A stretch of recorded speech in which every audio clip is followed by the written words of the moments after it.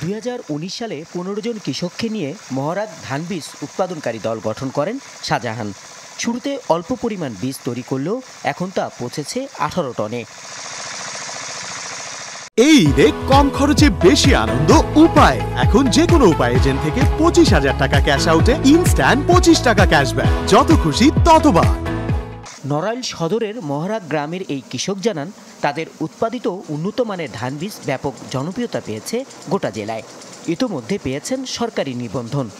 ভিত্তি বীজ থেকে প্রত্যায়িত বীজ উৎপাদন করি এবং চাষিরা আমার কাছে এই বীজ রাখে। আমি চাষিদের এই বীজ বিক্রয় করে যে লভ্যাংশ হয়, আমি চাষিদের যে পরিমাণে যে ধান দেয় ওইটা আমি তাদের লভ্যাংশ ভাগ করে দিই।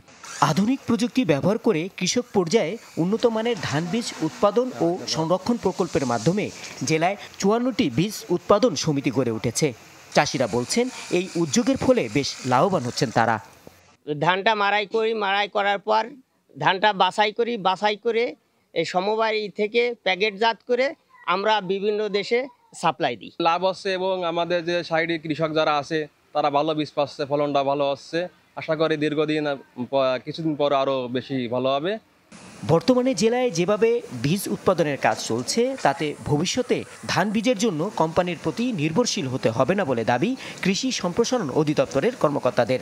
বীজ সংরক্ষণ করার পর যখন প্যাকিং হয়, সে সময় আমরা বীজ প্রত্যয়ন অফিসেরা বীজ পরীক্ষা করে যখন বলবাজারে বীজ হিসেবে গণ্য হয়, সে সময় আমরা বীজ প্যাকেট করে বাজারজাতকরণের অনুমতি দিয়ে থাকি। কৃষক যদি তার নিজের বীজ নিজেই উৎপাদন করতে পারে, যথাযথ গুণগত মানসম্পন্ন বীজ, তাহলে বীজ ক্রয়ের জন্য বিভিন্ন কোম্পানি বা বিভিন্ন জায়গায় তার যে দৌড়াদৌড়ি, এটা বন্ধ হবে এবং কৃষক আর্থিকভাবে লাভবান হবেন। উপকরণ সহায়তা দিয়ে এবং যন্ত্রপাতির মাধ্যমে তাদের আধুনিক এবং উন্নতমানের বীজ উৎপাদন করতে পারে, আমরা তাদেরকে সেইভাবে তৈরি করছি। কৃষি সম্প্রসারণ অধিদপ্তরের তথ্য মতে এই পর্যন্ত প্রায় 600 টন ধান বীজ উৎপাদন করেছে এসব সমিতি। Desk report, channel 24।